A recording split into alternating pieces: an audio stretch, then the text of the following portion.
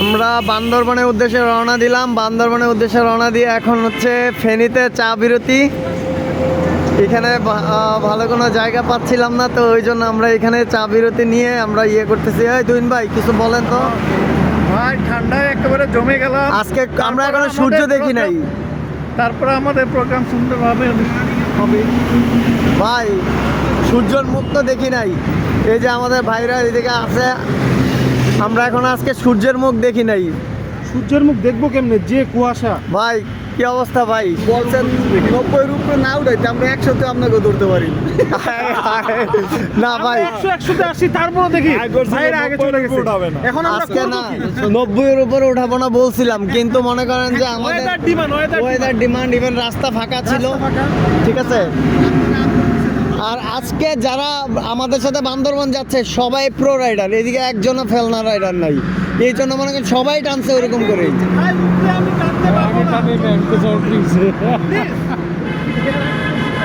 ভাই আজকে তো আপনার আমাদের সাথে প্রথম লং ট্যুরে না? হ্যাঁ, কেমন লাগতেছে ভাই বলেন? ভালো লাগতেছে, আলহামদুলিল্লাহ, ফ্যান্টাস্টিক। ভাই কিছু বলেন ভাই অস্থির অনুভূতি। অস্থির অনুভূতি। মিলন কখন যাবো, মন অস্থির হয়ে আছে। মন অস্থির ভাই। আমি আর কি বলবো ভাই, শীতে একদম শেষ জমে গেছে। আজকে আমরা এখন ভাই ভাই খুবই মজা হইতেছে আজকের রাইডটা। অবশ্য এই ওয়েদারে কিন্তু রাইডটা সেই।